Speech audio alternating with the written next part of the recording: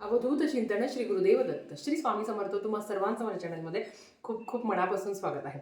गुरुचरित्र पारायण करावं असं प्रत्येक महिलेला वाटतं. बऱ्याच वेळा अशा कमेंट्स येतात की ताई आम्हाला पारायण करायचं आहे पण काही ना काही अडचणी आहे किंवा घरात तेवढे बंधनं पाळले जाणार नाही. आणि तुम्हाला माहिती आहे की गुरुचरित्र हा पाचवा ग्रंथ, पाचवा वेद मानला जातो. ह्या गुरुचरित्राचं असंख्य असे फायदे आहेत. जो पारायण करतो त्याला त्याचा अनुभव आलेलाच आहे.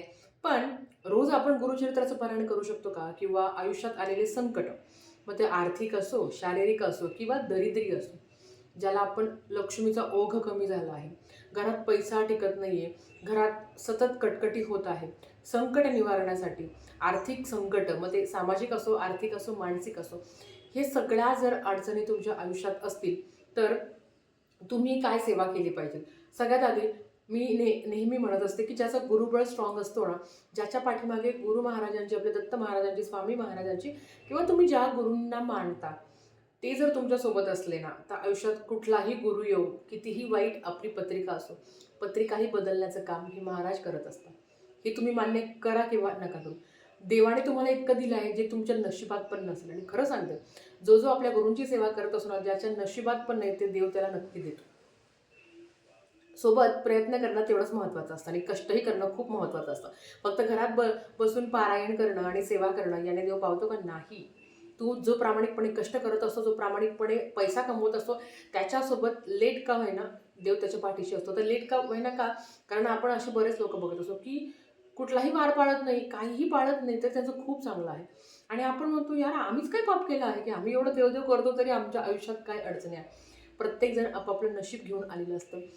महाराज नेहमी म्हणत असतात, मी प्रत्येकाला देणार आणि ज्याची वेळ आलेली आहे, ज्याला कुठे कधी काय द्यायचं आहे ते महाराजांना सगळं माहिती असतं.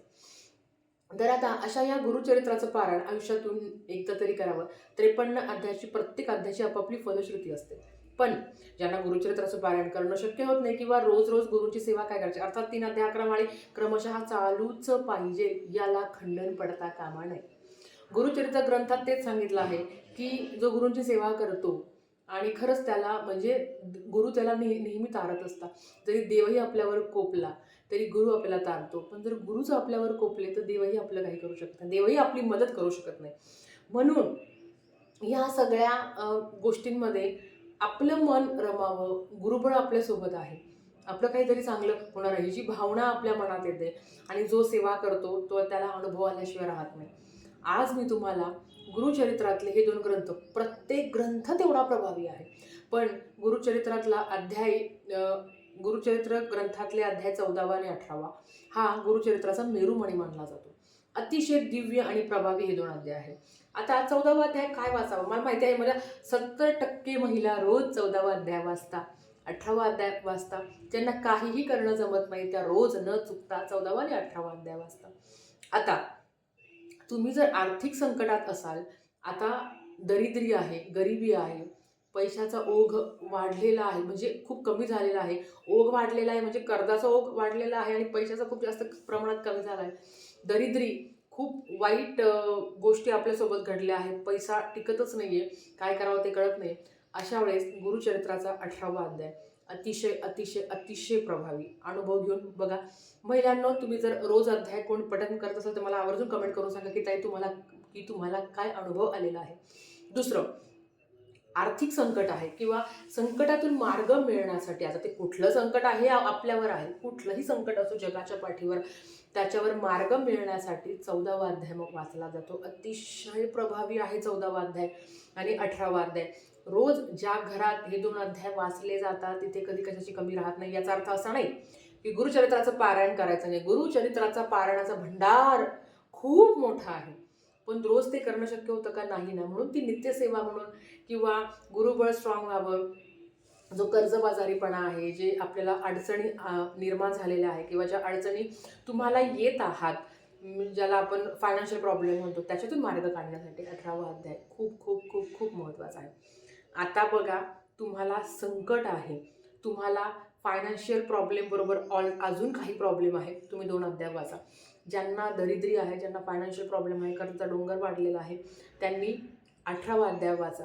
आणि ज्यांना गुरुबळ स्ट्रॉंग करायचं आहे, मनासारख्या गोष्टी घडत नाही, एखादं फार विचलित होऊन जातो, घटक्यात असं तर घटक्यात तसं असतं त्याचं. तेच काय की गुरु परीक्षा बघत असतो आपल्या, आणि हा गुरुचरित्राचा 14वा अध्याय तुम्ही कधीही वाचू शकता. पण नियम आहे. सगळ्यात आधी ताई, गुरुचरित्र ग्रंथातले रोज वाचू का? अजिबात नाही. तो ग्रंथ आहे त्याला रोज हाताळायचं नाही. गुरुचरित्र ग्रंथाला रोज हाताळायचं नाही महिलांनो, तुम्हाला सांगते. 14वा अध्याय आणि 18वा अध्यायाचं पुस्तक मिळतं छोटंसं, अगदी 10-15 रुपयापर्यंत, 15 रुपये मॅक्झिमम छोटंसं एक त्याचं पुस्तक मिळतं. आता हे तुम्हाला कुठे मिळेल? अर्थात केंद्रात मिळेल की नाही मला माहिती नाही. आय थिंक केंद्रातल्या मावशींकडे मिळत असेल तर तुम्ही त्यांच्याकडनं ऑर्डर करू शकता. केंद्रातल्या मावशींचा नंबर आहे 88. मी तुम्हाला इथे डिस्क्रिप्शन बॉक्समध्ये केंद्रातल्या मावशींचा नंबर देईल. त्यांच्याकडनं तुम्ही ऑर्डर करू शकता. नाही तर जवळपासचे लोकल शॉप असतं ना, जिथे आपले अभ्यासाचे बुक्स मिळतात, ग्रंथ मिळतात, तिथे तुम्हाला 14वा आणि 18वा अध्याय मिळून जाईल. बिंदास घ्या. गुरुचरित्र ग्रंथातला वाचायचा नाही.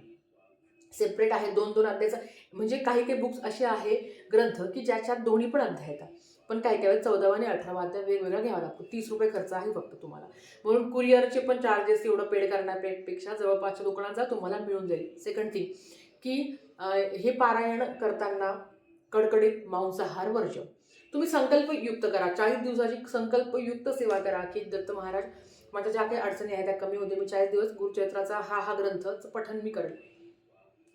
आणि अखंड हा शब्द वापरायचा नाही, फक्त या ग्रंथाचं मी पठण करेल. 40 दिवसाची ती सेवा आहे. अर्थात मासिक धर्म आल्यावर 4-5 दिवस स्किप करायचं, तेवढं आपल्याला माहिती आहे. तर ते पठण करताना मांसाहार कडकडीत वर्ज्य. ताई, घरातल्यांनी खाल्लं तर चालतं का? अर्थात त्यांना खाऊ द्या. तुम्ही सेवा करताना तुम्ही खाऊ नका. दुसरं, आता जर तुम्ही सांगितलं घरी तुम्ही 40 दिवस मांसाहार वर्ज्य करा, तुम्हाला कोणी सेवा करू देणार नाही, म्हणून तुम्ही तुमची सेवा करा. त्यांना काय करायचं ते करते. दुसरं, संकल्पयुक्त जो 40 दिवसाची सेवा करतो ना, तो आयुष्यभर 2 अध्याय वाचतो. याची शाश्वती मी तुम्हाला देते.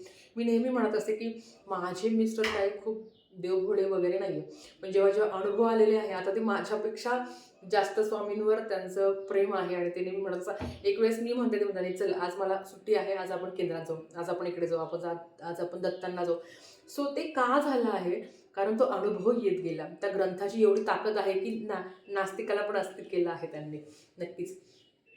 तर मला तुम्हाला हे सांगायचं आहे की मांसाहार तुम्हाला वर्ज्य करायचं आहे. ब्रह्मचर्याचं पालन नाही केलं तरी चालतं, काही संबंध नाही.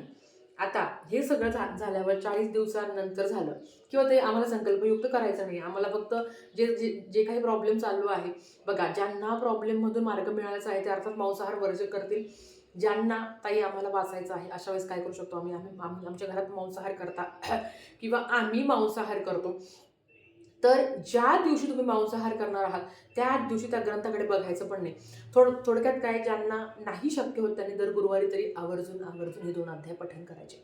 दर गुरुवारी 2 अध्याय तुम्ही पठण करायला सुरुवात करा. आता बघा, मी तर तुम्हाला सांगेल 14वा आणि 18वा अध्याय तुम्ही गुरुवारपासूनच पठण करायला सुरुवात करा.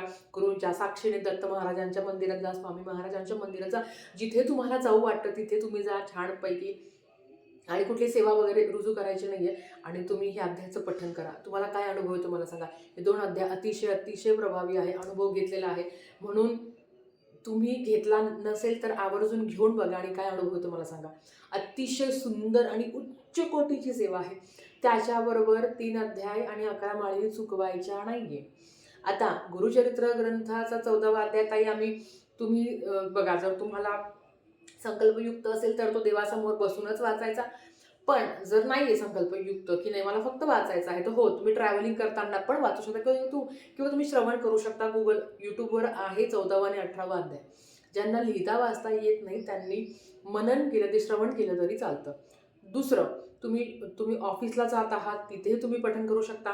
तुम्ही औदुंबर वृक्षाच्या झाडाखाली बसून सुद्धा तुम्ही पठण करू शकता. तुम्ही केंद्रात, मठात, मंदिरात, दत्त महाराजांच्या मंदिरात तुम्ही कुठेही पठण करू शकता, हरकत नाही. अतिशय सुंदर आणि दिव्य, खूप खूप खूप खूप प्रभावी ग्रंथ आहे हा. अनुभव घेतलेला आहे म्हणून तुम्हाला सांगते. जर तुम्ही खरंच या अडचणीतून जात असाल ना, मानसिक सुख असणं खूप महत्त्वाचं असतं. खूप डोकं चित्त थारेवर असणं, ठिकाणावर असणं खूप महत्त्वाचं असतं. आणि हे सगळं काम आपलं गुरु आपल्याकडनं करून घेतात. गुरुचरित्राचं ग्रंथाचं पालन करताना किती अडचणी येतात महिलांनो, तुम्ही साक्षीला आहात. आमची पण चिडचिड होते, ते पारायण करू देत नाही, कारण आपल्या प्रत्येकामध्ये वाईट गुण आहे. असा कोणीच नाही की ज्याच्यामध्ये चांगले गुण, एकतरी वाईट गुण असतात प्रत्येकामध्ये, तर ते गुण आपल्याला ते पालन करू देत नाही. तर तसंच 14वा आणि 18वा अध्यायाचं आहे. सुरुवातीला खूप छान वाटेल, नंतर ब्रेक पडेल, कितीही गॅप आला, काही झालं अजिबात नाही. माझं आज काही पण घरात भांडणं झाले जरी असलं ना, तरी रात्री 5 मिनिटं उठून तो अध्याय वाचा. तुम्ही अनुभव घेऊन बघा, काय फरक पडतो मला नक्की सांगा. तर झालेली सेवा महाराजांच्या चरणी मी रुजू करते आणि आजचा व्हिडिओ इथेच थांबवते. आवडला असेल तर लाईक, शेअर, सबस्क्राईब करा. भेटूया परत अशाच एका नवीन व्हिडिओसोबत. श्री स्वामी समर्थ.